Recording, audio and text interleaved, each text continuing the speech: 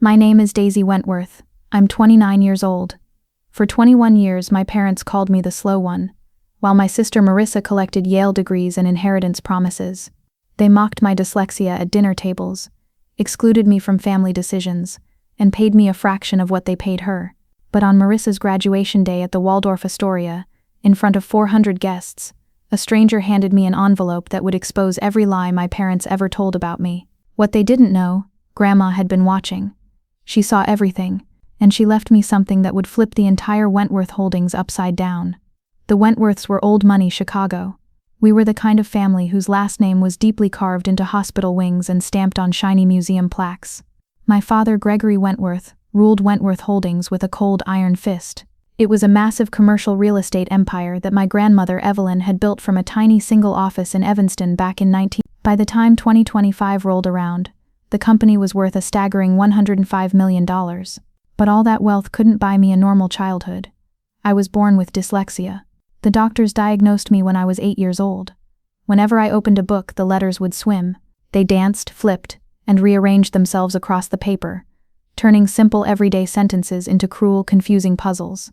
It took me 3 times longer to finish a single paragraph than any of the other kids in my class. I didn't need a magic cure. I just needed a little help. But my parents didn't offer support. They offered shame. I remember being 13. My parents gladly hired world-class tutors for my older sister, Marissa. She had private violin lessons at Northwestern University. She took elite French immersion classes. She even had an SAT prep coach from Stanford, who charged $450 an hour just to sit with her. One evening, I gathered my courage. My hands were shaking. I asked my mother, Penelope, if I could please get a reading specialist too. She just sighed. It was a heavy, exhausted sound that instantly crushed my chest. "Daisy, we've already spent so much on specialists," she murmured, barely looking up from her delicate teacup. "At some point we have to accept that some children just aren't academic. Not smart enough, not good enough, a lost cause." I was only 13. I swallowed the thick, painful lump in my throat, and I believed her. So I stopped asking. I learned to survive entirely on my own in the shadows. Audiobooks became my secret lifeline, whispering beautiful stories into my ears when my own eyes failed me. I invented my own unique system to get through school. I drew intensely detailed visual notes, massive diagrams, and complex flowcharts.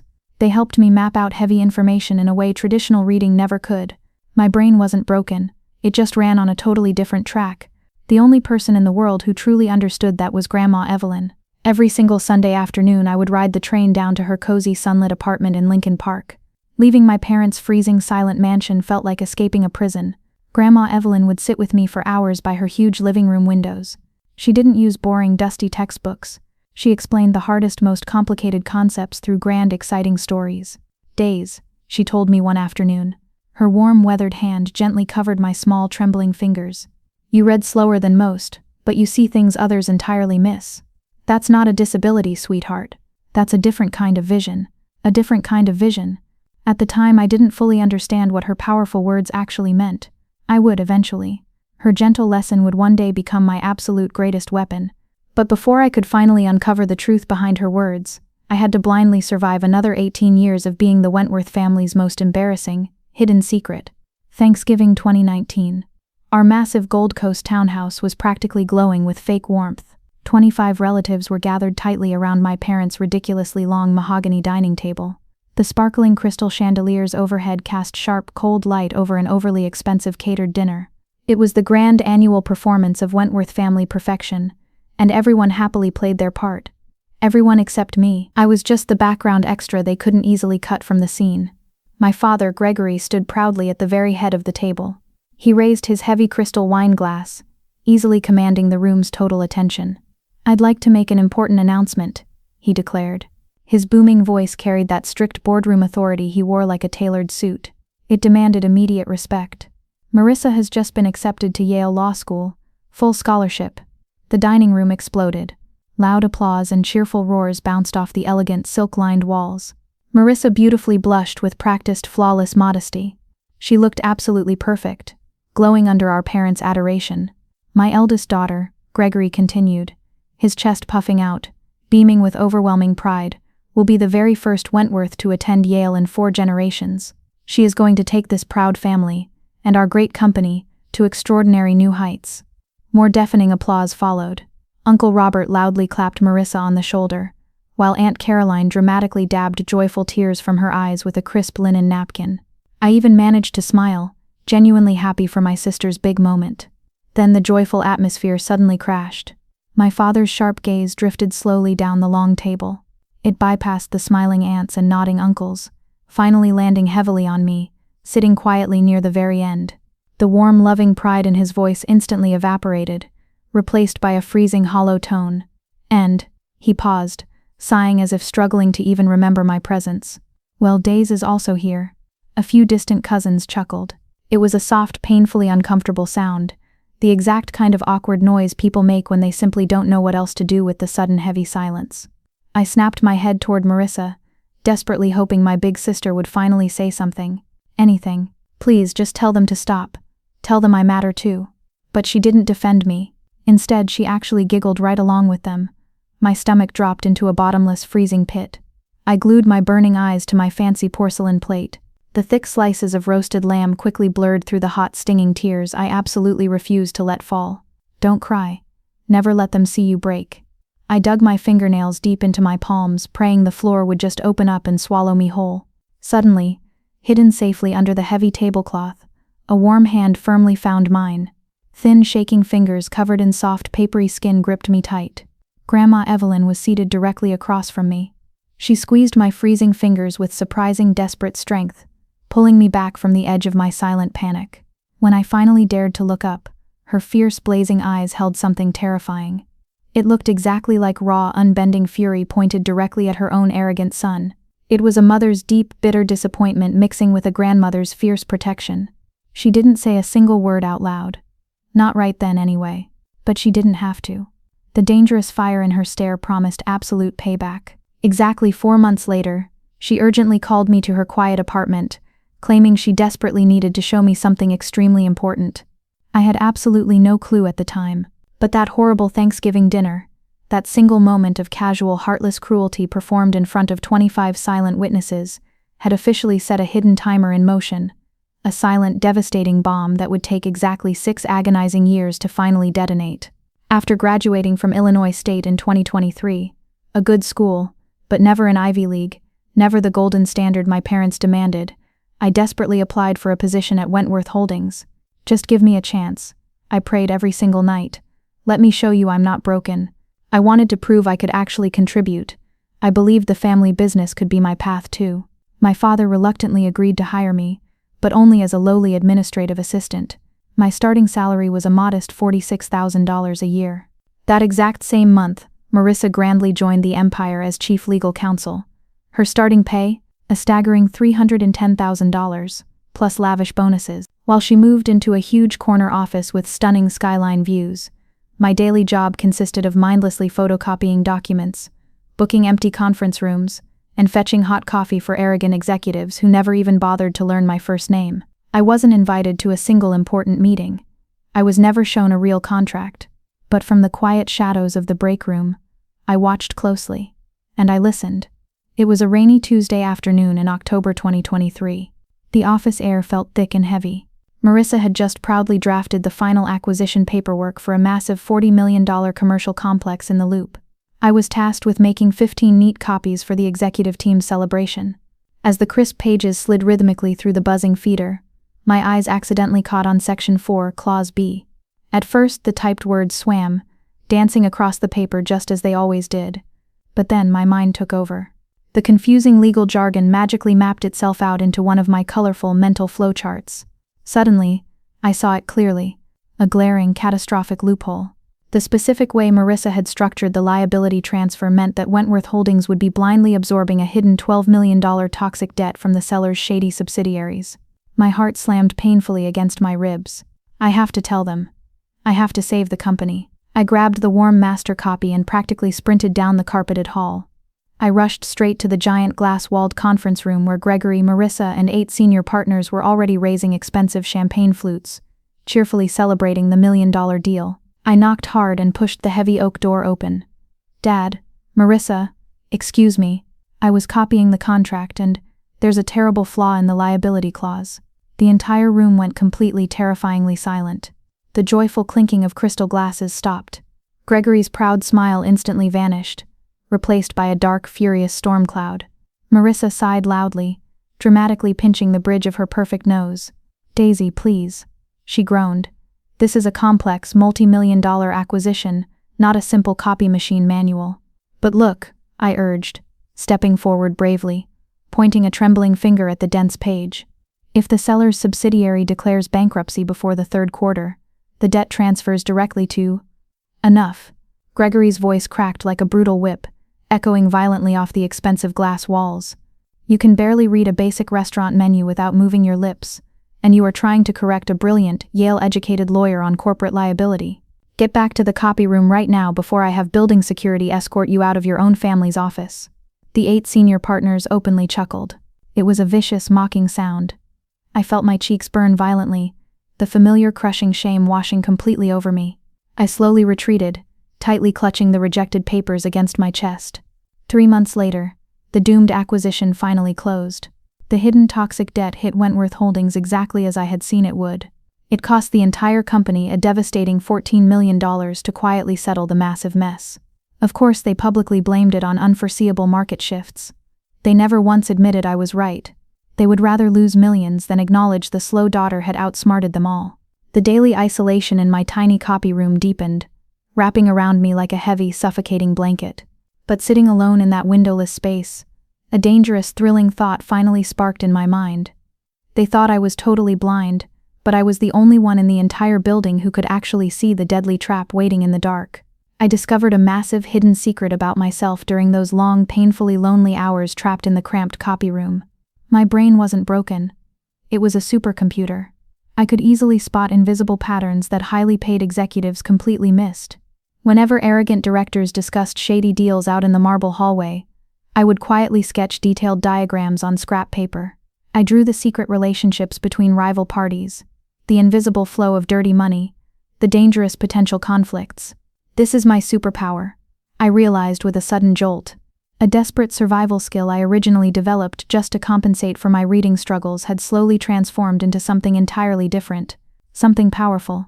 Grandma Evelyn had patiently taught me this magic trick. During those golden Sunday afternoons at her place, she would proudly spread out ancient yellowed contracts from the company's early struggling days. She carefully showed me how to read the scary legal documents, not word by boring word, but as living, breathing systems, as unbreakable structures. "Your father reads contracts exactly like a greedy lawyer," she told me once in April 2020, right before her bright health tragically started declining. "He only looks for tiny cracks he can ruthlessly exploit. But you, Days, you read them like a master architect. You clearly see how all the heavy pieces perfectly connect." That exact same spring day she had slowly handed me a small heavy wooden box. It was crafted from dark mahogany, sealed tightly with shiny brass hinges. "Keep this incredibly safe," she whispered, her voice uncharacteristically fragile. "Don't you dare open it yet. When you truly need it, you'll instantly know." I took the mysterious treasure home, tucking it safely deep inside my dark closet.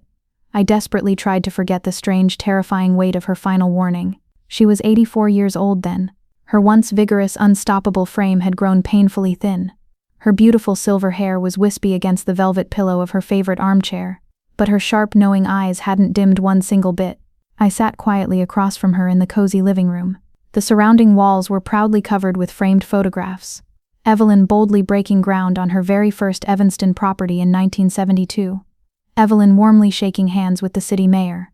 Evelyn proudly accepting a major Women in Business award in 1990. Noticeably, there wasn't a single picture of my father steering the massive ship. "I built Wentworth Holdings from absolute nothing," she declared, her frail voice suddenly carrying decades of unbreakable steel. "One tiny office, one loyal secretary, 55 years of back-breaking work. Your father—" She paused, and something deeply bitter flickered across her wrinkled face. "Your father just inherited it. He didn't build a single brick.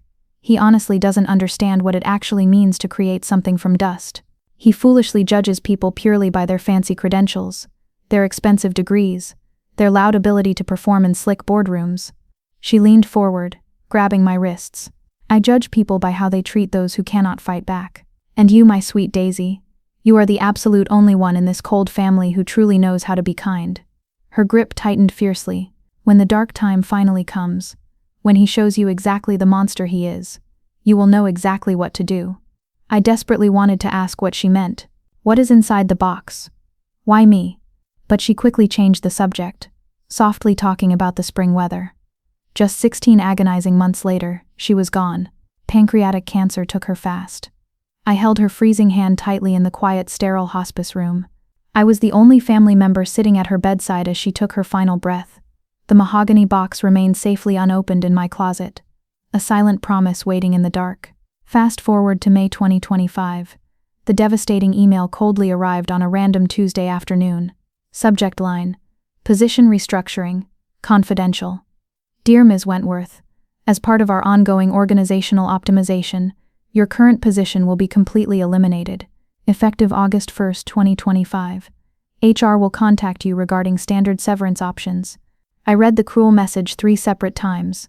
The black letters swam wildly, rearranged into jagged shapes, and finally settled right back into the exact same heartbreaking sentence. They were firing me. My own blood. That late evening I stayed behind, numbly organizing dusty files no one would ever bother to look at again. The office was dead quiet. Then through the terribly thin drywall separating my pathetic cubicle from my father's luxurious corner office, I clearly heard hushed voices. Gregory and Penelope, my parents. We simply can't have her sitting out here when Marissa proudly takes over, my father was grumbling. It looks incredibly bad. The shiny new CEO's sister working as a lowly secretary. People will start asking difficult questions. What kind of questions? My mother asks softly. Why she's never in leadership. Why we haven't ever promoted her. A heavy, awful pause hung in the air. Why she is the broken way she is. My mother's response came soft, almost gentle, which somehow made it hurt 1,000,000 times worse. We have done absolutely everything we possibly could for her, Gregory. Some children just don't have what it takes to succeed. Exactly. So she desperately needs to go. We'll give her a generous little severance package. She can go find something else. Something much more suited to her. Limited abilities.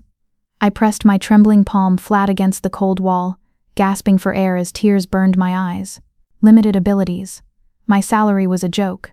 My tiny studio apartment in Logan Square, shared with 2 messy roommates, cost $2,100 a month. I had absolutely zero savings. No magical safety net. If I lost this steady job, I would be entirely homeless within 3 short months. But the terrifying lack of money wasn't what made my heavy chest feel dangerously tight. It was the horrible, crushing realization settling deep into my bones like winter frost. If I blindly let them do this to me, if I quietly accepted their twisted version of who I supposedly was, I would spend the rest of my entire life acting as the ultimate family failure. Not because I had actually failed, but because I had never even been given a fair chance to simply try. Marissa's lavish Yale graduation party was scheduled for tomorrow night.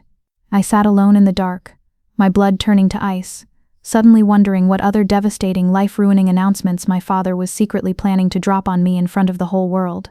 June 12, 2025. The historic Waldorf Astoria's grand ballroom was a breathtaking sea of glittering wealth. 400 elite guests crammed into the magnificent gold-painted space.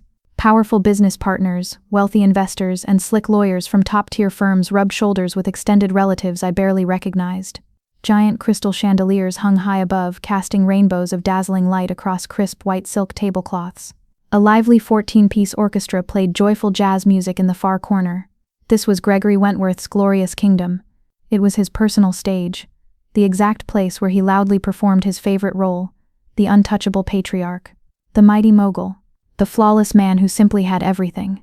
I nervously stood near the busy entrance, awkwardly tugging at the short hem of my dress. It was basic, plain black, and cost exactly $85 from a cheap mall store. It was literally the absolute best outfit I could afford on my tiny paycheck. Everywhere I looked, shiny people sparkled in custom-made designer gowns and perfectly tailored dark tuxedos. I felt like a dirty smudge on a beautiful masterpiece. I don't belong here. I never did. Before I could even find a quiet place to hide, my mother quickly intercepted me. Daisy. Penelope's icy gaze traveled slowly from my simple drugstore makeup down to my scuffed, worn-out heels. Her pale lips pressed into a tight, disappointed line. You honestly couldn't find anything nicer to wear. This is what I have, Mom. My voice trembled slightly. Well, she sighed, adjusting a blinding diamond bracelet on her thin wrist. You will be sitting far back at table 32. It is right near the noisy service doors. Please try not to draw any unwanted attention to yourself tonight. Of course. And Daisy. She leaned in dangerously close, her suffocating expensive perfume wrapped around my throat like a thick rope. Tonight is purely Marissa's night. Whatever silly resentment you are currently feeling, whatever wild anger you think you are entitled to, keep it entirely to yourself. Do not dare embarrass us. She turned her back and gracefully walked away before I could even take a breath to respond. She didn't even say hello. Just commands, just warnings. I am nothing but a risk to them. Table 32 was practically in another time zone.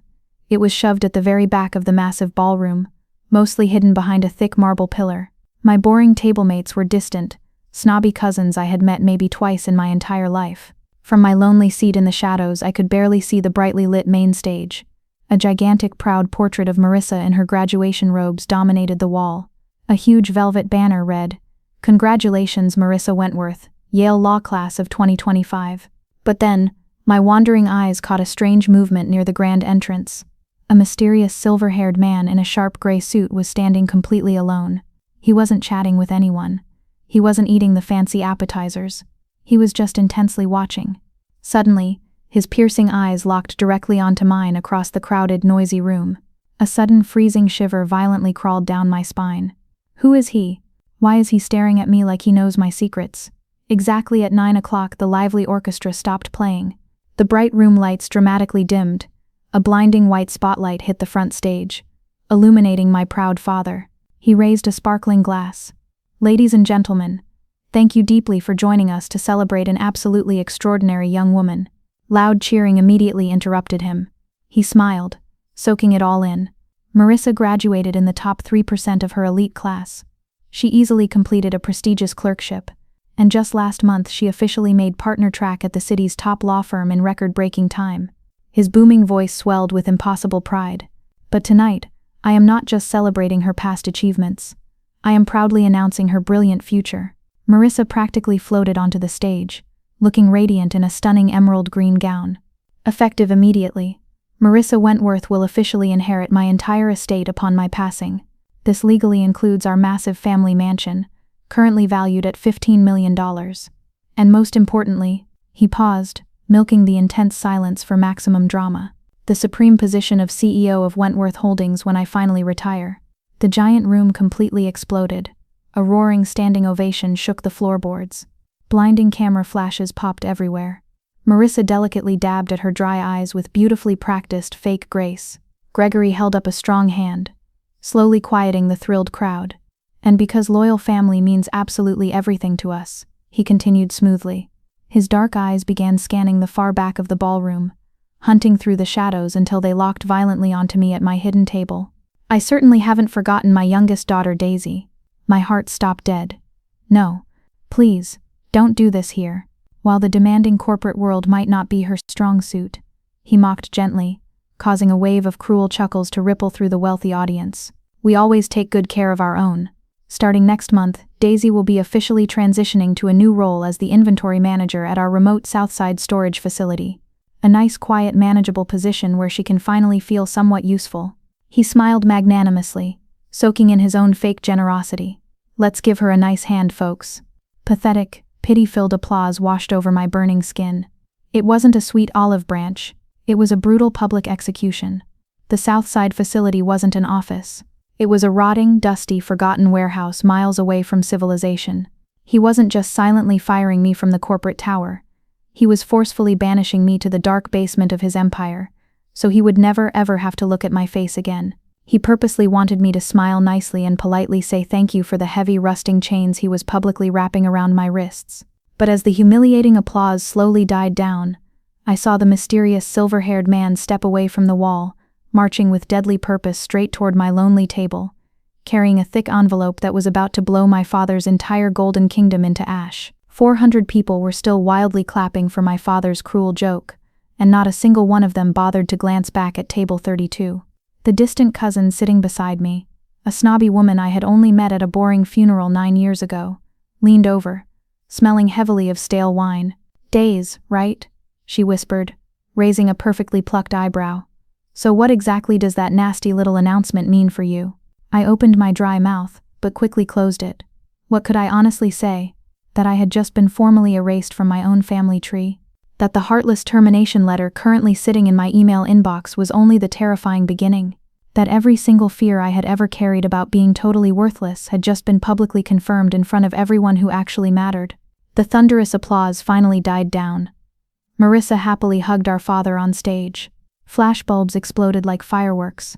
Through the shifting crowd, the mysterious silver-haired man I noticed earlier began marching straight toward me. He moved slowly, deliberately, like a dangerous predator who had been patiently waiting for this exact terrible moment. He stopped right at my table. Up close, I could clearly see he was much older than I had originally guessed. Late 50s, maybe. He possessed deep-set, intelligent eyes and the careful, rigid posture of someone who spent his entire life dominating quiet courtrooms. "Miss Wentworth," he said, his voice surprisingly gentle. "That's me." I nervously straightened in my hard chair, crossing my arms defensively. "Can I help you?" "My name is Jacob Evans." He reached inside his breast pocket and smoothly pulled out a crisp business card. It was expensive, cream-colored and heavily embossed. "Mitchell & Barnes, attorneys at law. I was your grandmother's personal lawyer." My grandmother. Those two simple words hit my chest like a physical punch. "Evelyn passed away 4 years ago," I stammered, deeply confused. "I am fully aware." He didn't sit down. He didn't soften his intense stare. "She left something extremely important for you, with very specific, unbreakable instructions about exactly when to deliver it." From inside his tailored jacket, he slowly produced a thick, heavy stock envelope. It was tightly sealed with dark red wax, bearing an official notary stamp. "What is this?" My voice shook. "Her will. The real one." His tone dropped into a hushed, dangerous whisper. "The one your father doesn't even know exists." I stared blankly at the mysterious envelope. The faded notary seal clearly read October 15th, 2020. Exactly 6 months after that unforgettable Sunday afternoon in her sunny apartment. 6 months after she had mysteriously handed me the locked wooden box. "I don't understand," I breathed. "Why now?" Mrs. Evelyn purposely set a rigid 3-year legal timer. Evans explained quietly over the loud, cheerful noise of the celebrating ballroom. "If Gregory failed to properly promote you or grant you fair equity within 3 years of her tragic death, this hidden document would automatically become active. But there was also a special emergency trigger. I was strictly ordered to deliver this document immediately on the very day your father publicly disinherited or completely humiliated you beyond repair." Evans slowly glanced toward the brightly lit stage, where Gregory and Marissa were still greedily basking in the crowd's blind adoration. I strongly believe that exact scenario just occurred. My cold hands trembled violently as I carefully took the heavy envelope. "Mr. Evans, what is actually in here?" For the very first time, something looking almost like genuine warmth flickered in his sharp eyes. "Miss Evelyn told me to tell you this. Give this to Daisy on the exact day Gregory proudly shows her exactly the monster he is. By then she will be fully ready." He straightened his neat silk tie. "I will be readily available when you have serious questions. You have my private card." Then, without another word, he quickly turned and vanished like a ghost into the glittering crowd. I absolutely couldn't breathe in that suffocating ballroom anymore. Panic and adrenaline surged through my veins. I aggressively pushed through the swinging service doors, desperately finding an empty, quiet hallway located near the bustling kitchen. Bright fluorescent lights buzzed loudly overhead. The joyful sounds of my sister's victory celebration muffled into a dull, distant hum. My clumsy fingers shook uncontrollably as I forcefully broke the brittle red wax seal. Inside, I found 3 crisp pages of dense, complicated legal text. A beautifully notarized signature. A bold date, October 15th, 2020. I forced myself to read slowly, incredibly carefully. As usual, the typed letters swam and danced, trying to confuse me, but I fiercely forced them into sharp focus. "Not tonight. Let me see it. I, Evelyn Margaret Wentworth, being of sound mind and body, do hereby completely revoke all previous testamentary documents, and declare this to be my absolute last will and testament." My burning eyes suddenly caught on a bold paragraph near the very middle of the page. "To my sweet granddaughter, Daisy Ann Wentworth, I proudly bequeath 55% of my total shares in Wentworth Holdings LLC, currently valued at approximately $58 million, along with all supreme voting rights associated therewith." I gasped, nearly dropping the pages. I read it again, and again. 55%. Controlling interest. I own the company, the will fiercely continued. This massive bequest is made with full undeniable knowledge of my cruel son Gregory's horrific treatment of Daisy. She has been brutally excluded, purposely diminished, and unfairly denied every opportunity, not due to any lack of ability, but strictly due to a complete lack of loving support. Daisy is not slow. Daisy was abandoned.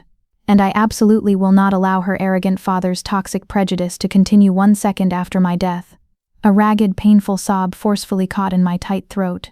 Tears finally spilled over my cheeks. Grandma had seen me.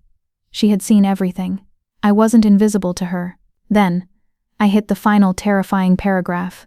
Condition: to legally activate this specific bequest, Daisy must formally request an emergency board meeting within exactly 48 hours of receiving this sacred document.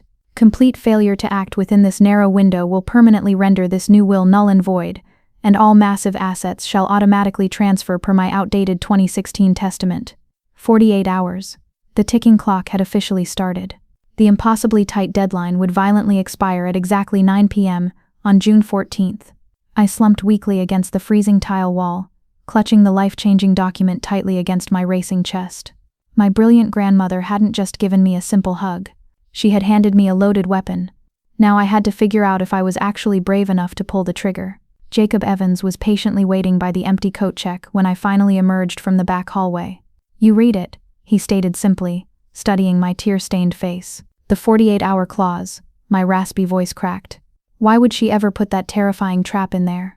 "Your grandmother knew you very well, Miss Wentworth."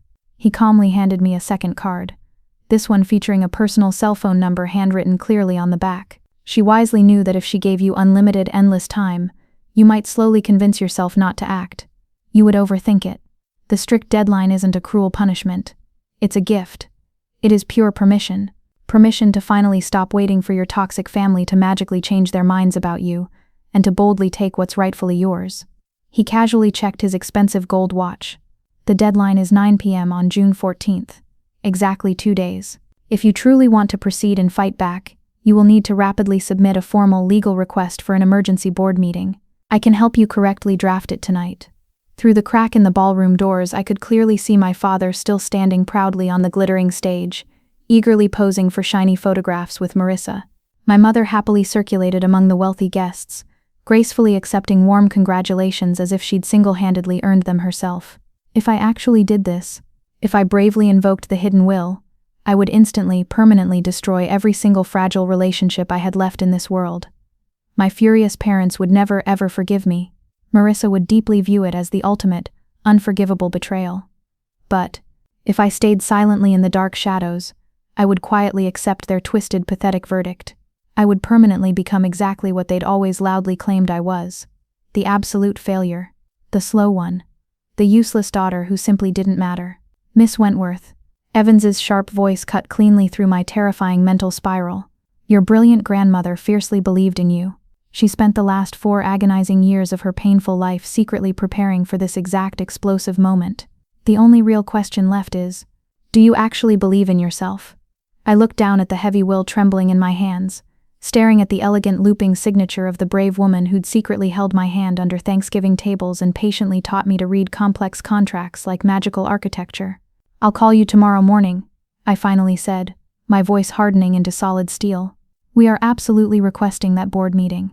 Evans allowed himself a tiny, satisfied smile. "She promised me you would." I tightly gripped the envelope and walked out into the freezing Chicago night, knowing exactly what I had to do next. It was finally time to pry open that locked wooden box hidden deep in my closet. That night, back in my cramped, drafty Logan Square apartment, I finally opened the mysterious wooden box. Both of my messy roommates were fast asleep down the hall. The only light in my tiny room came from a flickering street lamp outside, casting glowing orange stripes across my unmade bed. I sat cross-legged on the thin mattress, holding the heavy mahogany box safely in my lap. The shiny brass hinges gave a sharp, high-pitched creak as I slowly lifted the thick lid. Inside, the faint, comforting smell of dried roses and old paper rushed up to greet me. It was Grandma's signature scent. This is it, her final lesson. Neatly tucked inside rested 3 distinct things. A beautiful handwritten letter on Evelyn's personal cream-colored stationery, a yellowing document stamped with a faded 1972 date, and a sleek modern USB drive that was clearly added much later. I reached for the delicate letter first. My eyes instantly watered at the familiar looping cursive. My dearest Daisy, the letter began. If you are actually reading this, then Jacob has faithfully done his job, and your foolish father has sadly done exactly what I deeply feared he would. I am terribly sorry I couldn't properly protect you while I was still alive, but I can strongly protect you now. A warm, heavy weight settled safely into my chest. She was still fighting for me. The enclosed faded document is the original unbreakable partnership agreement from It is from the exact day I founded Wentworth Holdings alongside 2 loyal colleagues who have long since passed. Your arrogant father has never ever seen it. I had it permanently sealed in a secret blind trust at a private bank, strictly accessible only by myself and Jacob. It legally establishes a master rule. The original founder's shares carry permanent supreme voting rights. They absolutely cannot be diluted, stolen, or forcefully transferred without unanimous board approval. He can't take this away from me. I realized, my pulse racing. No sneaky legal loophole can break this. The black USB contains something else. The letter continued. Something your father desperately hoped I had completely forgotten. Back in 2019, Gregory formally proposed a nasty resolution to reduce my personal voting rights from 55% down to a pathetic 15%. His stated reason? He publicly claimed I was simply too old to understand modern business. The real reason?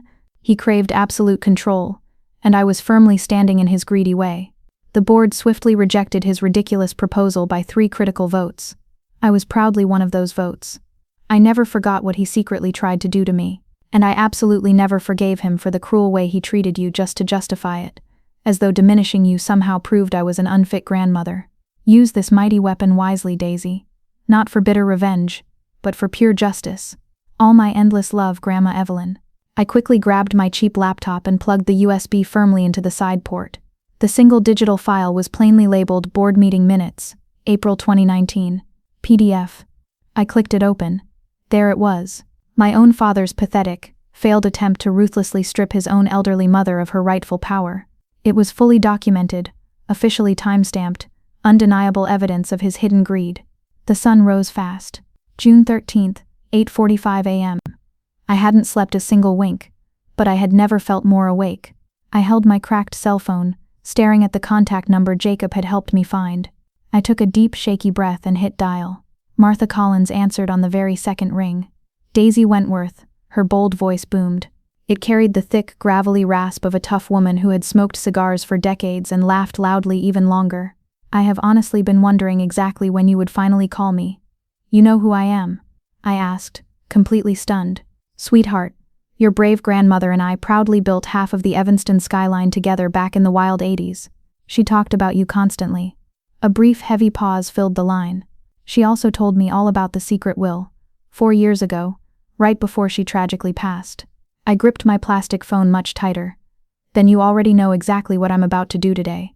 I know what you are strongly considering doing, Martha corrected. Her tone instantly shifted, growing much sharper, much more strictly businesslike. There is a massive difference between thinking and acting. You want to legally request an emergency board meeting. That bold move requires exactly 3 sitting board members to physically sign the official petition. I am proudly one. You will desperately need 2 more.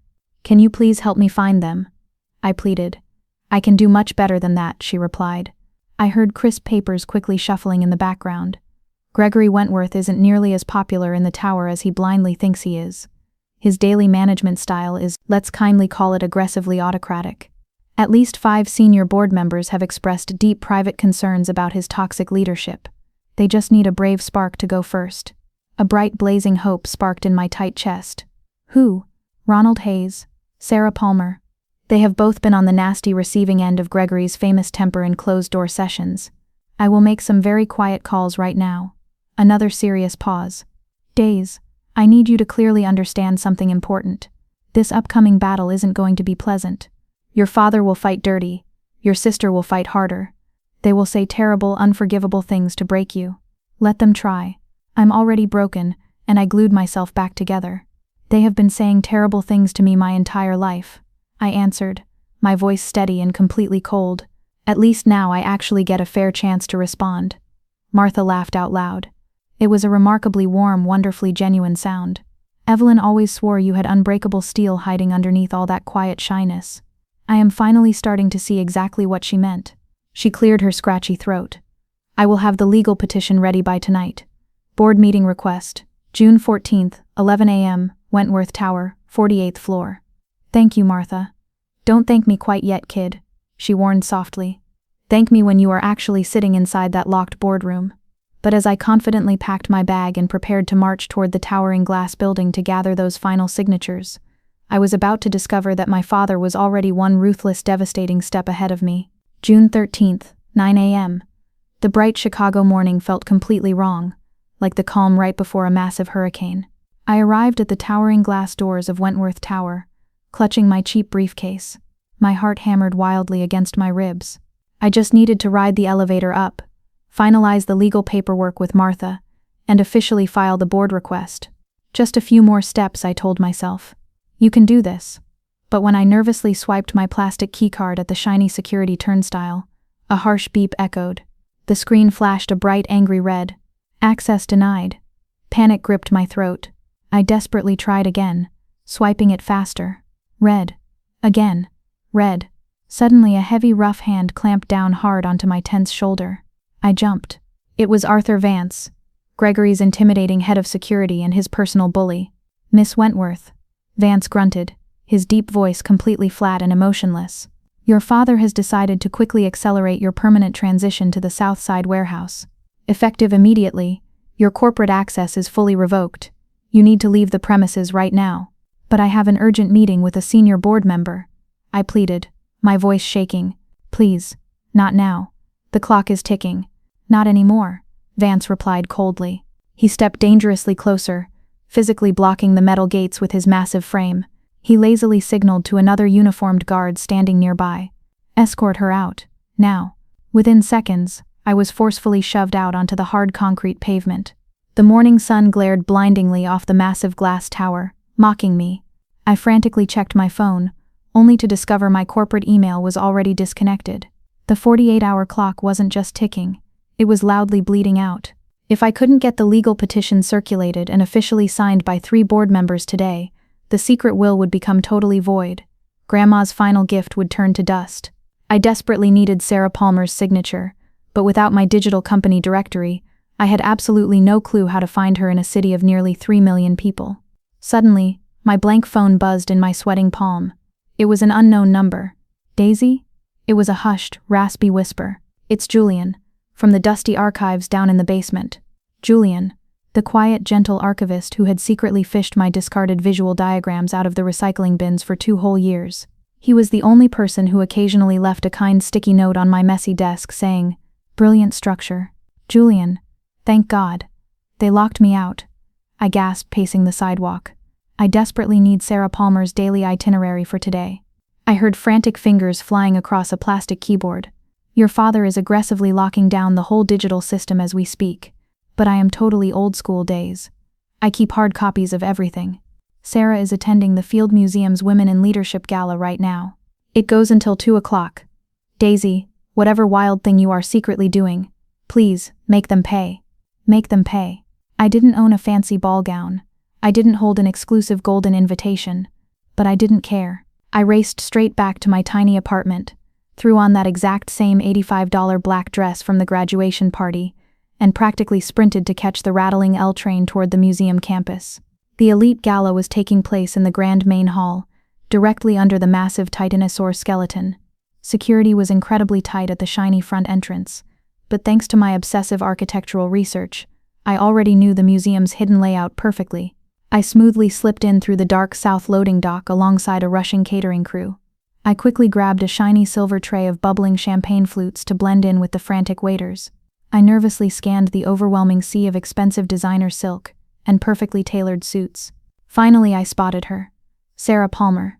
She was deep in serious conversation near the glowing dinosaur exhibits. I took a deep breath, abandoned my silver tray on a passing cart, and walked straight up to her, totally bypassing 3 bulky security guards. "Mrs. Palmer," I whispered urgently, sliding the folded petition directly onto her high cocktail table, right next to a fancy plate of appetizers. She frowned deeply, her sharp eyes instantly recognizing me. "Daisy, what on earth are you doing sneaking around dressed like cheap catering? I need your signature. Right now, to legally stop my father." My words spilled out in a breathless, desperate rush. I quickly explained the hidden will, Evelyn's brilliant plan, and the terrifying 48-hour deadline. Sarah stared silently at the crisp paper, then looked deeply into my eyes, clearly seeing the fierce, unbreakable drive burning there. Without a single word of doubt, she smoothly pulled a heavy gold fountain pen from her velvet clutch. She proudly signed her name with a dramatic, flowing flourish and handed the priceless paper back to me. "Give 'em hell, kid," she winked. I had it. The trap was officially set. By 3:30 p.m., Vance finally allowed me back upstairs for exactly 1 hour, strictly to pack my personal belongings into a cardboard box. That is exactly why I was sitting quietly in my pathetic cubicle, pretending to neatly organize useless files, when Marissa suddenly called me. Her voice was incredibly tight with controlled, boiling fury. "What did you do?" she hissed. "I honestly don't know what you're talking about," I replied smoothly, taping up a box. "Dad just received an urgent legal notice from the board secretary, an emergency meeting tomorrow morning, officially requested by Martha Collins and 2 other senior directors." A sharp pause followed, fragile as broken glass. "Martha hasn't requested anything in 12 years. What did you do, Days? Maybe she just has some deep concerns about company management," I offered innocently.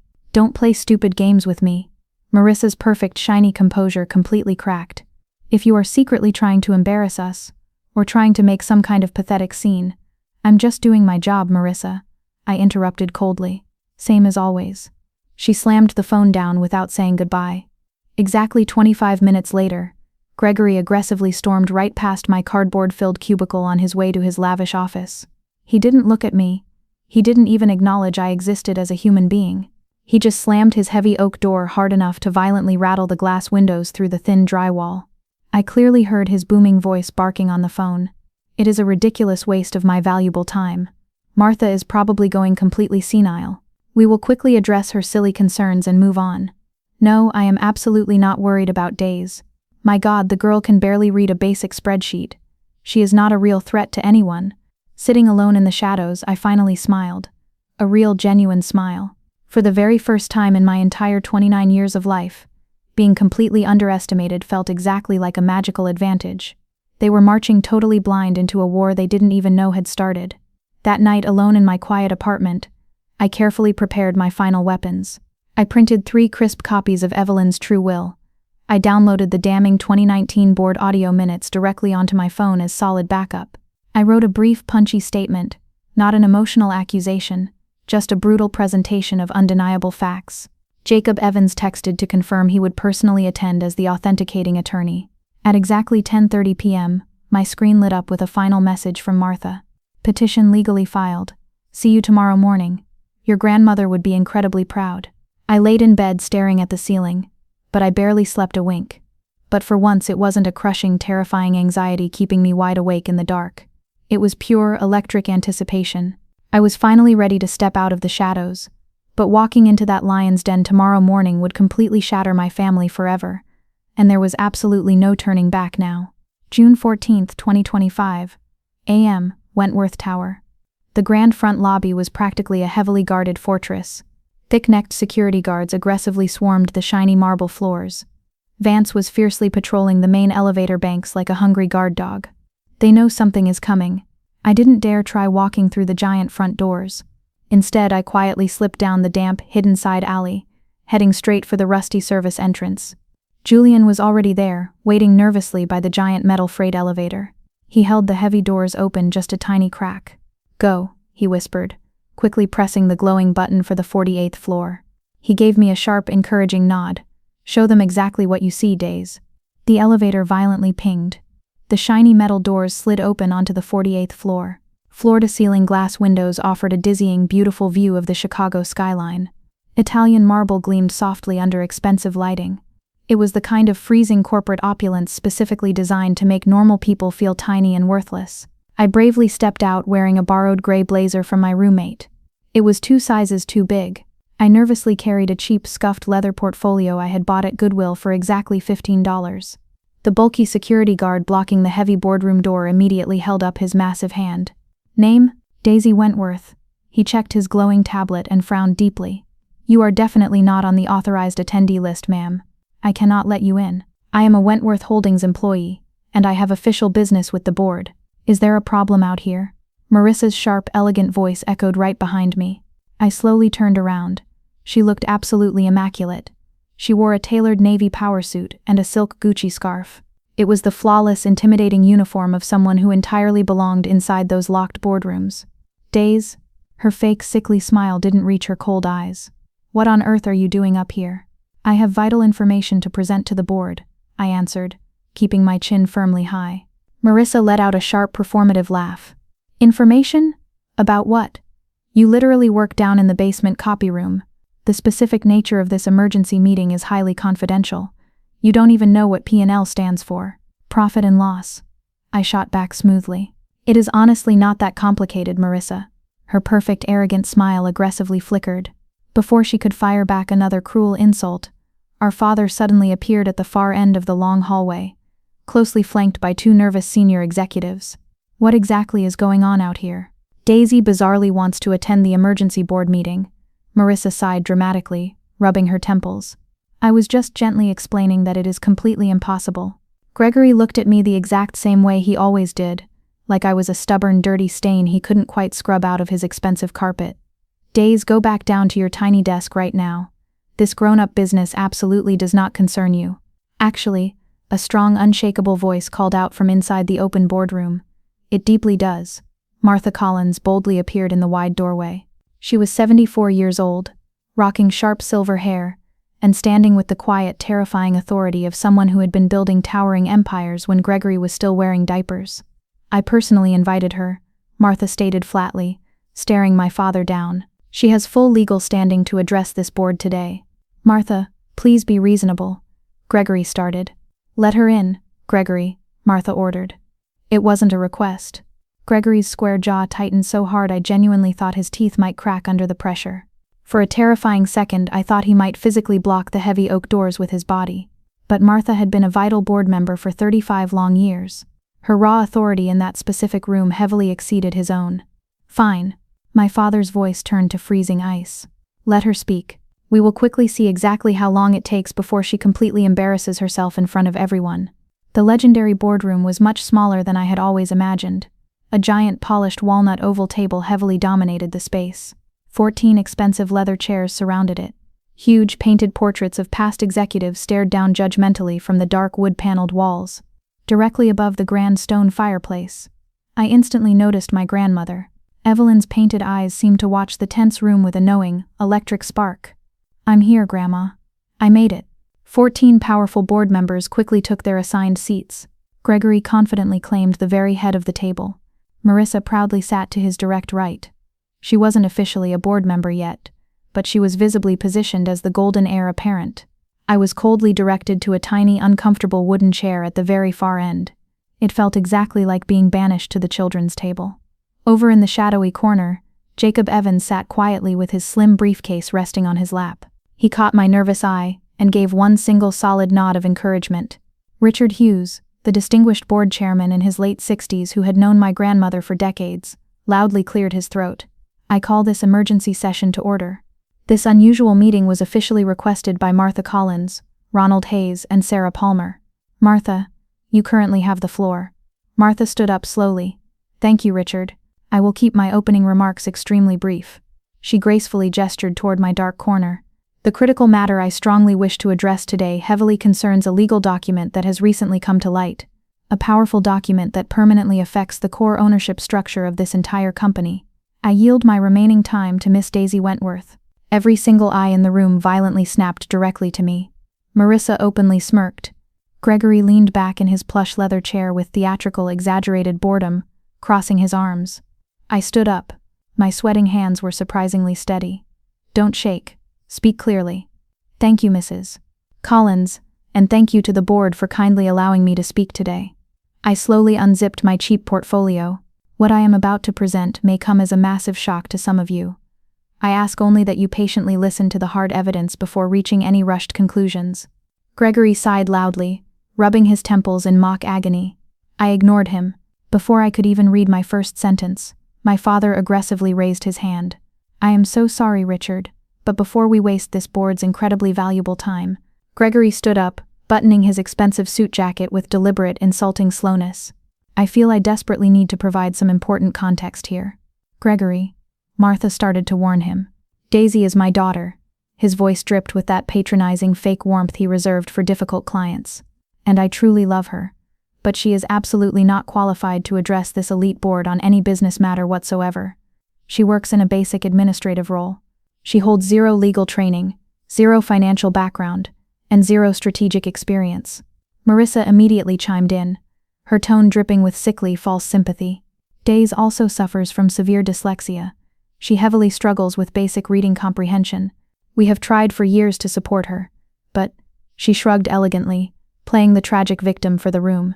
Some mental limitations simply cannot be overcome with effort alone. A few older board members shifted uncomfortably in their expensive seats, looking down at their blank notepads.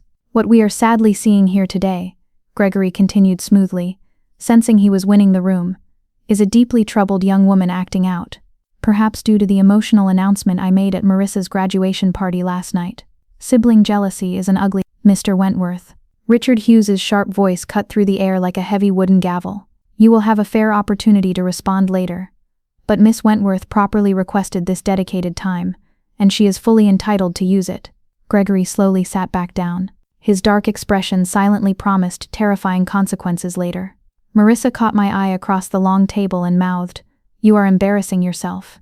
I looked at both of them, my powerful father, my perfect sister, and in that exact second, something heavy finally shifted deep inside my chest. Not hot, blinding anger, something much colder, much clearer. They aren't trying to protect me. They aren't even trying to protect this company. They are only trying to protect their twisted fake version of the story. The version where I am absolutely nothing. Thank you, Mr. Hughes. I finally pulled the heavy cream-colored document from my portfolio. I will not be discussing my reading ability today. I will be discussing this. I held up the thick envelope. The entire room went dead silent. This is the absolute last will and testament of Evelyn Margaret Wentworth, the true founder of this company. It was fully notarized on October 15th, 20. Gregory's face instantly drained of all color. He looked exactly like he had seen a ghost. That is legally impossible. His voice came out as a strangled, desperate gasp. My mother's final will was executed back in 2016. I have the certified copy locked in my safe. You have a worthless copy of her previous will, I replied, keeping my voice clinically level. Under Illinois Estates Powers and Trusts law, a subsequent valid will automatically and permanently revokes all prior testamentary documents. This will, I slid the heavy document across the polished table, was executed exactly 5 years after the outdated one you possess. I slid the crisp pages toward Richard Hughes. Mr. Evans, I gestured to the quiet corner. Would you please confirm the undeniable authenticity of this document for the board? Jacob stepped forward into the bright light. I am Jacob Evans, senior partner at Mitchell & Barnes. I proudly served as Evelyn Wentworth's personal attorney from 2010 until her tragic death in 2022.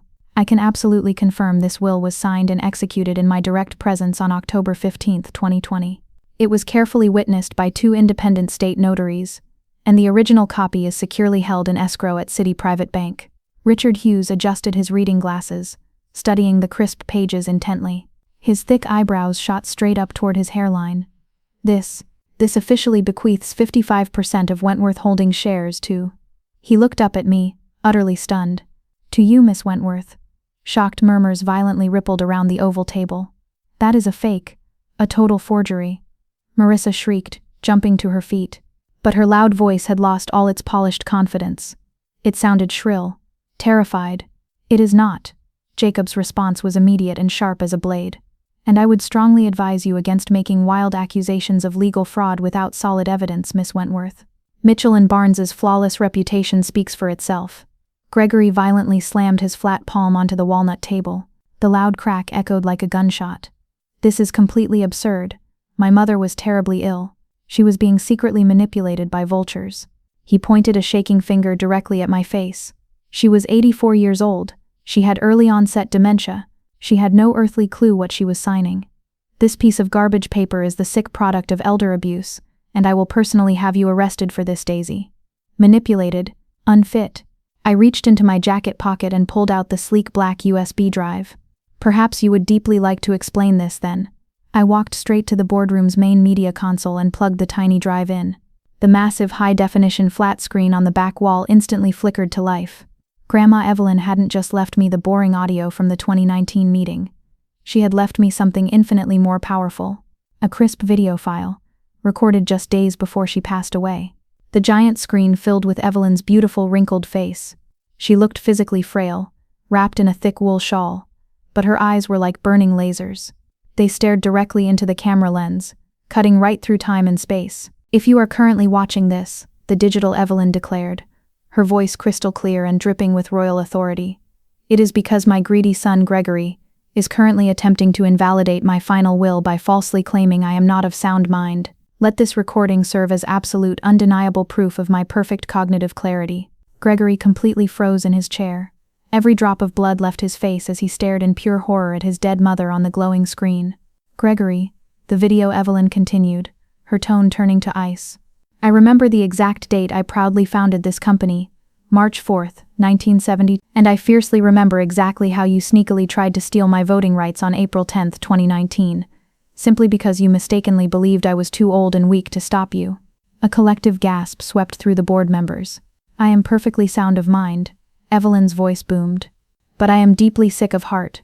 I am sick of quietly watching you cruelly diminish your youngest daughter, Daisy, just to feed your own fragile, pathetic ego. Daisy is the sole rightful heir to my controlling shares." The screen went pitch black. The heavy silence that followed was absolute. It was deafening. Gregory's pale face had rapidly turned a mottled, furious purple. He looked like he couldn't breathe. That was a highly private board discussion," Gregory stammered, his voice cracking, "which Evelyn personally attended," I reminded him, my voice steady as stone. "She legally recorded it, as was her absolute right as the majority shareholder." Richard Hughes slowly set down the will. His expression had shifted from mild neutrality to something incredibly hard and unforgiving. "Miss Wentworth, would you please read the relevant passage aloud? For the official record." I nodded, taking a deep, cleansing breath. The black letters on the page swam for a second, but I anchored them with my sheer willpower. "To my granddaughter, Daisy Ann Wentworth, I bequeath 55% of my total shares in Wentworth Holdings LLC, along with all supreme voting rights associated therewith." I paused, letting the massive numbers settle heavily over the room. "This bequest is made with full knowledge of my son Gregory's treatment of Daisy. She has been excluded, diminished, and denied opportunity, not due to lack of ability, but due to lack of support." Marissa made a pathetic, choking sound in the back of her throat. She sank weakly down into her chair. "Daisy is not slow. Daisy was abandoned, and I will not allow her father's prejudice to continue after my death." I slowly lowered the paper and looked directly at my terrified father. Gregory has foolishly confused credentials with real character, expensive degrees with actual worth. He tried to ruthlessly strip me of my voting rights because I clearly saw right through him. He marginalized Daisy because she constantly reminded him of the kind, honest person he refuses to be.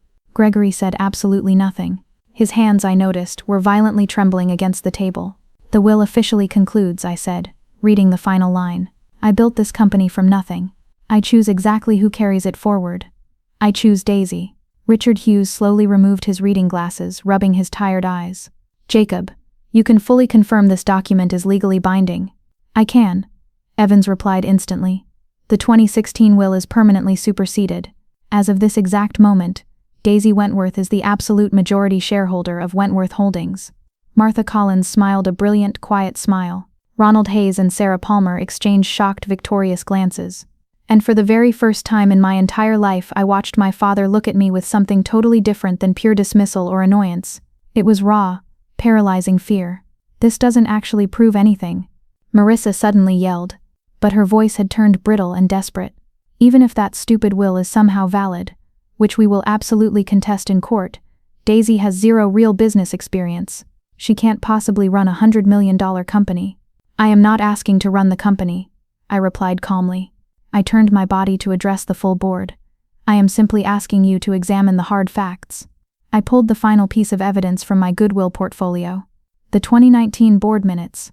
April 10. Gregory Wentworth proposed Resolution 2019-07 to forcefully reduce Evelyn's voting shares from 55 to 15%. His stated rationale. I traced my finger down the page. "The founder is no longer capable of understanding modern business operations." That was entirely taken out of context. Gregory shouted, sweat beading on his forehead. The resolution failed by exactly 3 votes. I cut him off sharply. Evelyn's vote, and Martha Collins's. I looked directly at Martha. Is that completely accurate? Martha nodded slowly, her eyes burning into Gregory. It is perfectly accurate. Evelyn called me late that night crying. She was deeply devastated. Not because of the silly resolution she knew we would kill it, but because her own flesh and blood had just tried to ruthlessly steal everything she spent her life building. This is ancient history. Gregory practically begged the room. It is evidence, I stated firmly. Undeniable evidence that my grandmother was not suffering from any diminished capacity when she cleverly wrote that 2020 will. She was actively protecting herself from her own greedy son, and she was protecting me. Richard Hughes looked around the long table. Does anyone else here have any valid documentation contradicting what has just been presented? Absolute silence. Gregory? Hughes asked. My father's jaw worked frantically, but absolutely no words came out. He was completely out of ammunition. Marissa? My golden sister just stared blankly at the polished wood. Her perfect, untouchable composure had cracked into a million tiny pieces. Ronald Hayes finally spoke up. Richard, I strongly believe we need to immediately recess and have our internal legal counsel thoroughly review these documents. Agreed. Hughes checked his watch. We will briefly reconvene in exactly 20 minutes.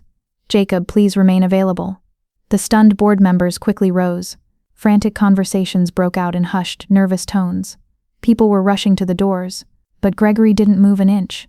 He sat completely frozen in his massive leather chair, staring blankly at his mother's oil portrait hanging on the wall. I genuinely wondered if he could feel her fiercely watching him burn. Those 20 minutes agonizingly stretched into 50. The board's lead legal counsel, a thin, nervous man named Peterson whom I had never met, spent the entire stressful recess pacing the hall. He was aggressively whispering on his cell phone with Mitchell and Barnes, City Private Bank, and the Illinois State Court's official records office. I sat completely alone at the very end of the long table. Jacob Evans kindly brought me a cool glass of water. Martha Collins gently patted my tense shoulder as she walked past. Over in the far corner, Gregory and Marissa huddled together like trapped animals, their whispered argument growing increasingly heated and desperate. Finally, Peterson rushed back into the room and whispered rapidly into Richard Hughes's ear. Hughes's serious expression dramatically flickered. First surprise, then total resignation. He tapped his pen on the table. Please take your seats. The 14 board members quickly filed back to their chairs. The thick tension in the room had crystallized into something fragile and highly explosive. Our legal counsel has thoroughly confirmed the following facts. Hughes read grimly from his notepad.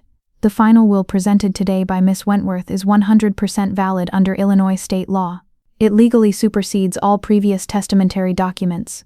Effective immediately, Daisy Ann Wentworth holds 55% of Wentworth Holdings shares. Someone down the table inhaled sharply.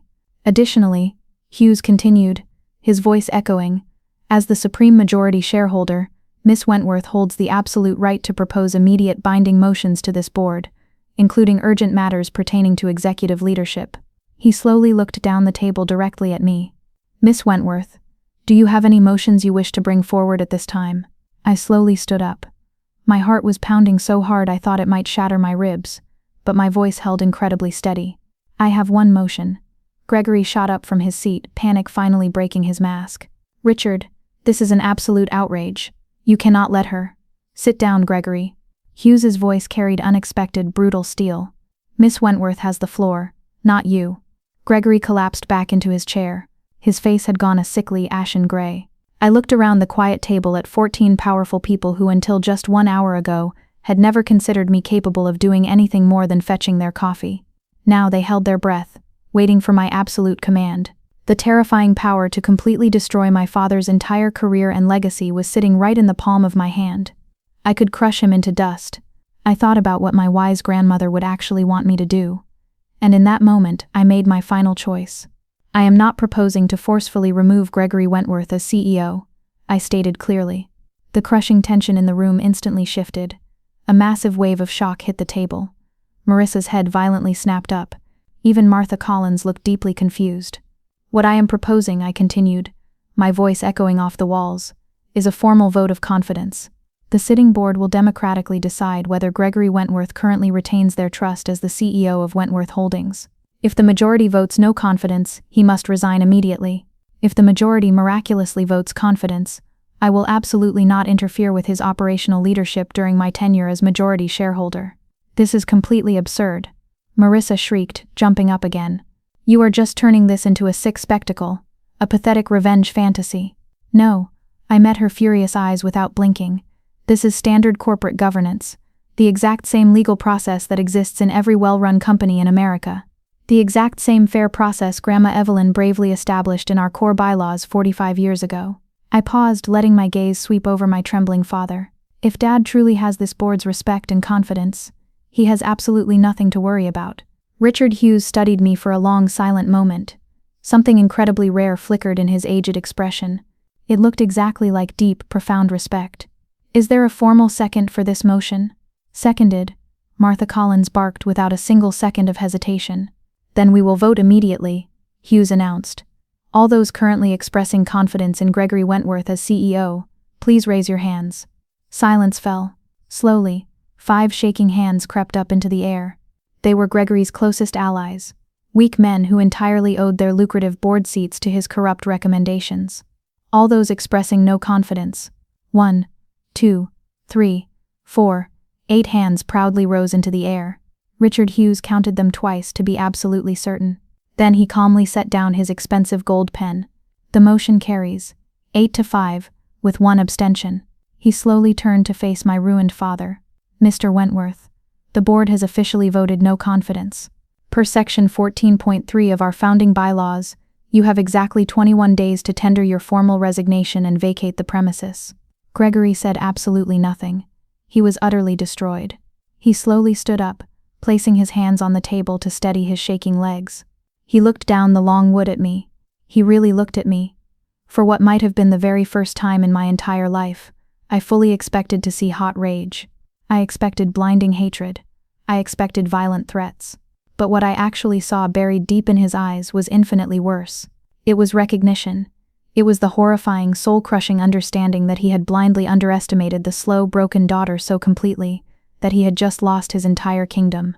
He slowly turned around and walked out of the heavy boardroom doors without saying a single word, but as the heavy oak clicked shut behind him, I knew the real heartbreaking war for my family's soul had only just begun.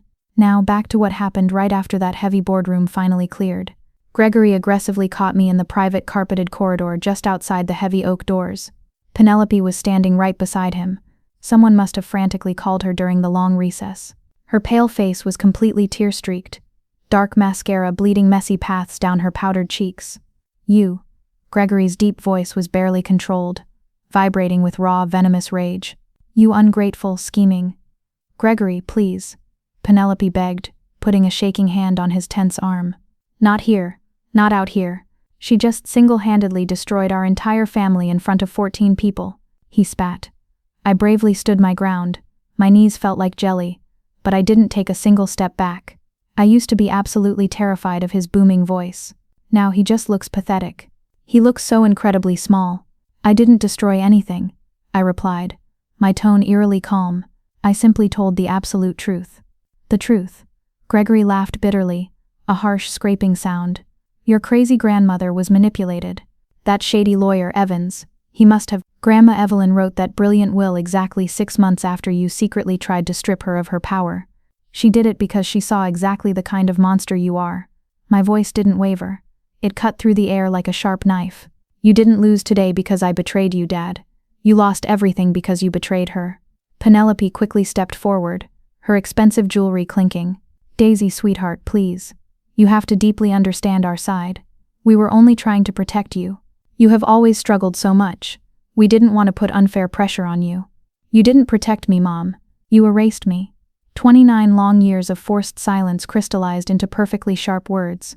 Every single Thanksgiving dinner, every staged family photo, every loud conversation where you loudly bragged about Marissa's golden achievements and totally pretended I didn't even exist in the same room. That was never protection. That was pure abandonment. That's not fair, Penelope choked out, covering her mouth. You're right. It wasn't fair. I finally met my mother's crying eyes without blinking. I spent my whole entire life trying to practically bleed just to prove I was somewhat worthy of this cold family. I am officially done proving myself. The legal documents speak for themselves. Gregory violently grabbed my upper arm, his grip bruising. This isn't over, Days. We will ruthlessly contest that garbage will in court. I roughly pulled my arm free from his toxic grip. You will lose, and you know it. Because Grandma Evelyn smartly planned for every single sneaky contingency, including this exact one. I turned my back and walked straight toward the elevators. Behind me, I heard my mother's desperate, pleading voice. Daisy, wait. I didn't wait. I quickly made it down to the freezing underground parking garage. My hurried steps echoed loudly against the damp concrete. Daisy, stop right there. Marissa's frantic voice clipped violently off the gray walls. She was marching aggressively toward me. Her perfect Gucci scarf was wildly askew. Her perfectly styled hair was a mess, and her face was heavily twisted in an ugly mix of blind panic and boiling fury. You honestly think you've won? She screamed, her voice cracking. You think you can just march in here with some secret ancient piece of paper and completely ruin our perfect lives? I didn't ruin your life, Marissa, I said, spinning around to finally face her. You still have your shiny Yale degree. You still have your fast partner track at the elite law firm. I didn't take a single thing that actually belonged to you. You took my entire future, she shrieked. The polished, untouchable veneer she wore her whole life was completely shattering onto the concrete floor. I worked my entire life for that specific chair. I played strictly by all of Dad's impossible rules. I was the perfect, flawless daughter. You were absolutely nothing but a heavy burden, and now you just steal the company. I didn't steal it.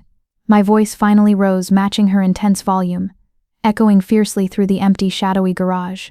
29 years of heavily suppressed rage finally broke completely free, rushing out of me like a massive flood. Grandma freely gave it to me because she deeply knew I wouldn't run it like a ruthless dictator. You played by Dad's toxic rules, Marissa, but those sick rules included happily stepping on my neck every single time he asked you to. You quietly watched him humiliate me for decades, and you laughed right along with him just to safely protect your massive inheritance. Well, guess what? The grand inheritance is officially mine now, and the rules just permanently changed. Marissa stumbled backward like she had been physically slapped. Her jaw opened and closed, but absolutely no words came out. For the very first time in her golden life, she had zero argument, no clever legal loophole to hide safely behind. She just stared at me, not as the slow, broken sister she could easily ignore, but as the supreme majority shareholder who had just ruthlessly dismantled her father's mighty empire. I proudly turned my back on her and walked straight to the glowing exit sign. For the first time in my existence, I didn't need their permission to leave. The heavy elevator doors slid closed, blocking out my parents' shocked faces forever. I leaned tiredly against the brushed steel wall, finally allowing my burning lungs to breathe. The rushing adrenaline that had fiercely carried me through the past 2 insane hours began to slowly ebb away. But it left something totally unexpected in its heavy wake. Not thrilling triumph. Not sweet satisfaction. It was pure crushing grief. I had just officially severed 29 years of foolishly hoping things would eventually change. I was mourning the death of a lie. I had always believed that if I was just patient enough, quiet enough, and good enough, my parents would finally see me. They would love me the exact same way they loudly loved Marissa. That fragile, childish hope was entirely dead now. I had bravely killed it myself. The elevator rapidly descended to the main lobby. By the time it chimed, I had fiercely wiped my wet eyes and smoothed out my borrowed, oversized blazer. Jacob Evans was patiently waiting by the quiet security desk. He paused, searching for the exact right word. Remarkable. It was necessary, I whispered tiredly. Your wise grandmother would strongly agree.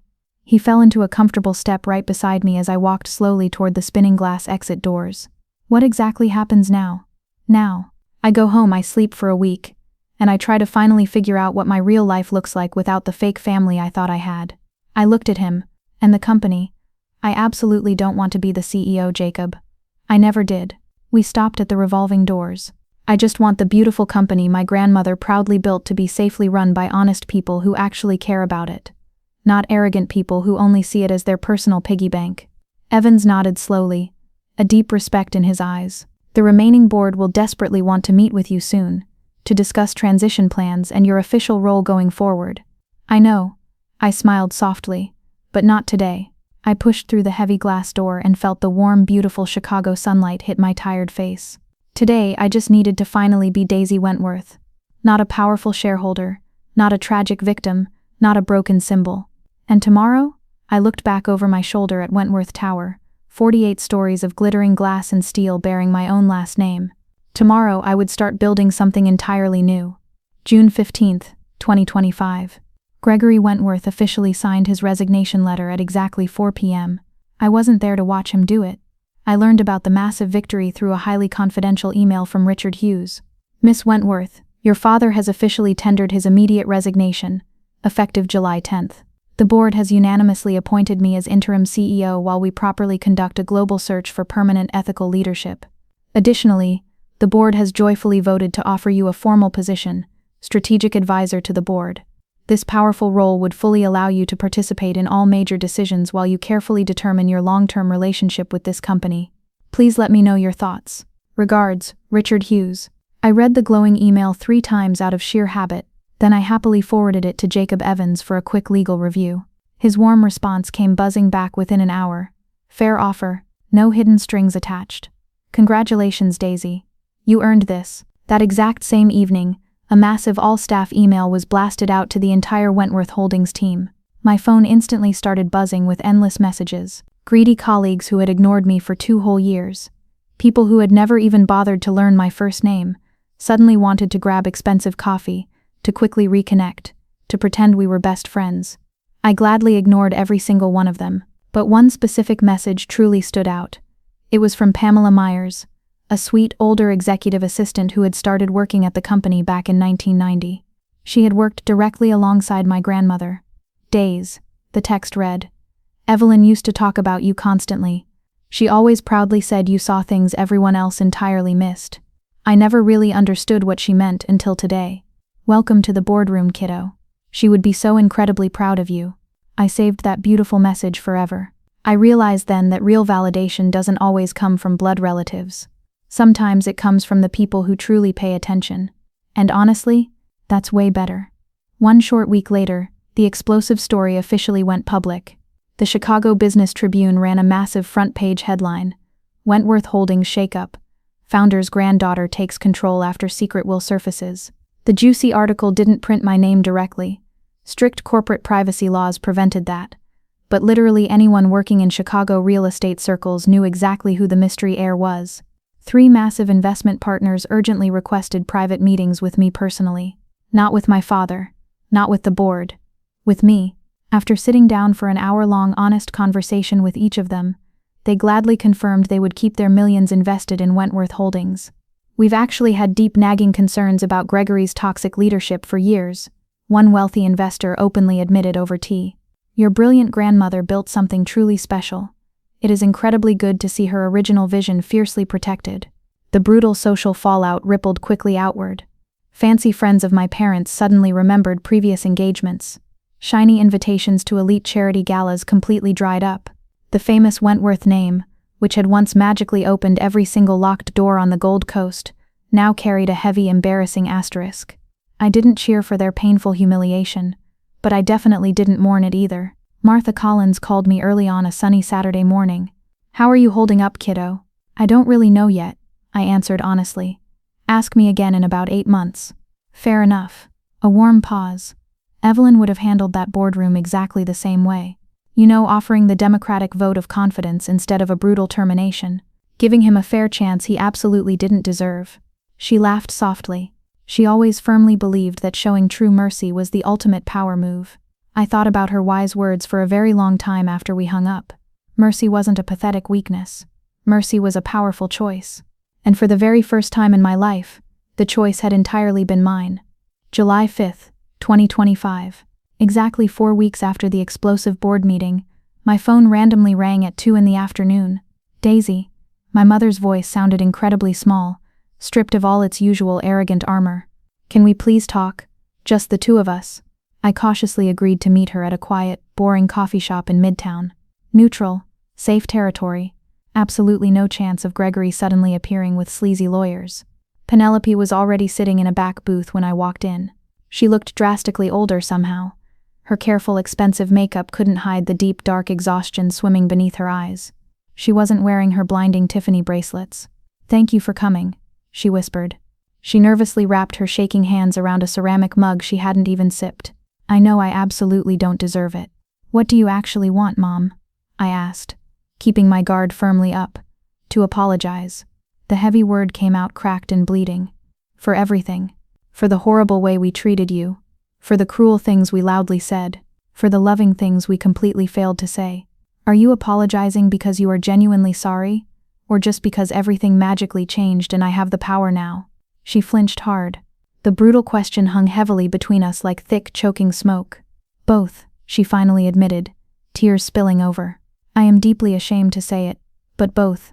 I was so blindly focused on Marissa's shiny success, on desperately maintaining our flawless public appearances. I foolishly told myself we were simply protecting you from massive expectations you couldn't physically meet. But that was a sick lie. I just told myself that so I wouldn't have to feel incredibly guilty. You let Dad call me completely worthless in front of family, in front of business partners. You never once defended me. I know. A fat tear slipped down her pale cheek. I know, and I can absolutely never undo that horrible damage. But Days, I just don't want to lose you entirely. I don't know if a relationship is even remotely possible anymore. But I had to try. I looked closely at this broken woman who had been my mother for 29 years. She had braided my hair as a tiny child, and totally forgotten my birthday as an adult. I cannot pretend the last 21 years didn't actually happen, I said slowly, letting the honest boundary settle. But I am willing to try building something brand new, something truly honest. She nodded rapidly, completely unable to speak through her quiet sobs. It definitely wasn't magical forgiveness, but it was a solid start. September 2025, 3 months later. Marissa nervously called me while I was taking a peaceful walk through Millennium Park. I almost didn't press answer. Days, I know I have zero right to ask this, but can we please meet? There is something I desperately need to say to your face. We sat together on a wooden bench near the splashing Buckingham fountain. The late September heat pressed down on us like a warm blanket. Marissa looked completely different. The blinding plastic armor of absolute perfection she had worn her entire life had fully cracked.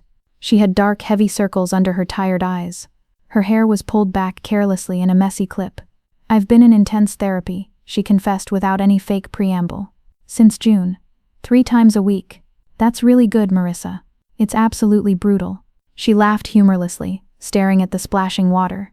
"Turns out, being the flawless golden child isn't actually a magical gift. It is just a totally different kind of suffocating cage."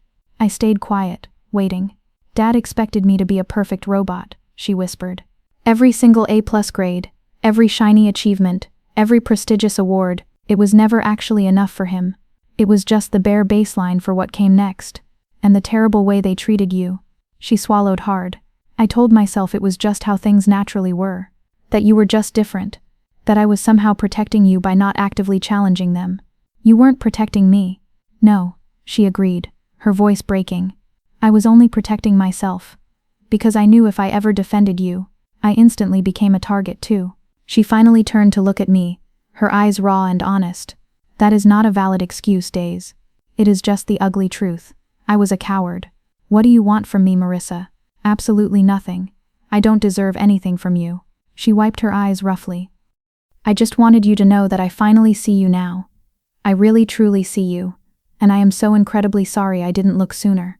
We sat in comfortable silence for a long time, just 2 damaged sisters who had grown up in the exact same massive house as total strangers. "I've been thinking constantly about what you screamed at me in the parking garage," she whispered, "about me happily stepping on your neck just to safely protect my inheritance. You were 100% right. I can't ever go back to how things violently were," I finally said, watching the fountain glow in the sunset. "But I'm also not interested in staying bitter enemies forever. Maybe we just start over from absolute scratch." "Hi, I'm Daisy." Marissa's tired eyes filled with fresh, grateful tears. "I'd really like that. I'm Marissa." It wasn't the magical, perfect sisterly bond I had desperately wanted as a little kid. But maybe, just maybe, it could slowly become something real. December 2025. 8 peaceful months after the explosive board meeting. I proudly moved into my very own beautiful apartment in River North. It was a spacious 1-bedroom in a stunning pre-war building, boasting a massive window with a perfect view of the exact same bridge my brave grandmother had walked across to reach her first tiny office in 1970. The monthly rent was way more than I had ever paid in my life, but I could easily afford it now. My brand new salary as the Director of Sustainable Development at Wentworth Holdings was a cool $210,000 a year, plus my massive quarterly dividends from my controlling shares. The unique job title was entirely my own idea. I created a brand new corporate division strictly focused on green building practices, sustainable city real estate, and positive environmental impact assessments. It was exactly the kind of smart, forward-thinking innovation my grandmother would have heavily championed if she had lived long enough to see it. Gregory called me exactly once a month now. They were always very short, painfully polite conversations. He nervously asked about the winter weather, about my nice new apartment, about how work was going. We both awkwardly pretended the ugly past hadn't happened. It was just easier that way. Penelope and I had quiet lunches every other week. Slowly, awkwardly, she was finally learning to see me as a living, breathing person instead of a broken problem to hide. Marissa and I grabbed casual coffee on the weekends sometimes. We were genuinely learning about each other for the very first time. She told me all about the crushing pressure she had carried. I told her all about the suffocating loneliness. Neither of us ever pretended the dark past was okay, but we were finally writing a brand new, healthier story. On the main brick wall of my sunlit apartment, I had proudly hung my grandmother's original oil portrait, the exact same painting that had watched over the tense boardroom for 45 years. Sometimes, when the golden evening light hit the canvas just right, I could almost swear I saw her winking at me. "You did it, Grandma," I thought, sipping my warm tea. "You freely gave me the heavy tools. I just had to be brave enough to pick them up and use them." 8 months ago, I was completely invisible. Now I was finally, entirely myself. Looking back at the wild journey, I deeply understand something vital now that I couldn't possibly have understood when I was younger. My brilliant grandmother didn't secretly leave me 55% of her massive empire because I was magically smarter or better than Marissa. She left it to me because she deeply knew I absolutely wouldn't let the blinding power corrupt my soul the exact same way it had totally corrupted my father. My dyslexia isn't my tragic flaw. It is a beautiful, powerful part of who I actually am. Just like my intense visual memory, my endless patience, and my unique ability to easily see hidden patterns everyone else completely misses. The exact things that made me look slow in my ignorant parents' eyes were the exact same magical things that made me clearly see the honest truth when everyone else blindly looked away. Gregory foolishly judged human worth by fancy credentials, by expensive degrees, by loud, arrogant performance. Evelyn wisely judged human worth by quiet character, by genuine kindness, by the exact way people treated those who couldn't fight back. And now, finally, I happily get to judge my very own worth. Not by what my toxic parents coldly say, not by what my golden sister perfectly achieved, not by what any random stranger thinks of me. I judge myself by my own standard, my own measure, my own absolute truth. If you are watching this, and you deeply recognize a piece of yourself in my painful story, if you have ever been the constantly overlooked one, the easily dismissed one, the quiet one they cruelly said would never amount to anything, I want you to know one undeniable fact. You absolutely do not need a secret multi-million-dollar inheritance to finally prove your immense value to the world. But you do need to immediately give yourself permission to stop desperately seeking approval from blind people who will simply never give it to you. Boundaries aren't ugly walls. They are beautiful doors. They let you firmly decide exactly who gets access to your precious life, and strictly on your own terms. My family deeply hurt me for 29 years, but I didn't need to hurt them back to find my own peace. I just needed to stop waiting for them to finally see me, and start proudly seeing myself. And if you are still waiting for someone to kindly hand you your worth, stop waiting, build your own table and take a seat. That is the real priceless inheritance my grandmother left me. And absolutely nobody can ever take it away. If your heart is still racing from Daisy's journey, if you felt every ounce of that fast-paced, breathless emotional drive right up to her final victory, then you know the rare power of a truly undeniable story. This wasn't just a tale about surviving the shadows, it was an intense, raw testament to claiming your own worth against all odds. If this deep, unapologetic truth resonated with you, please leave a like and subscribe to the channel. Stay connected, because there are so many more powerful, heart-stopping stories waiting to be told, and you won't want to miss a single one.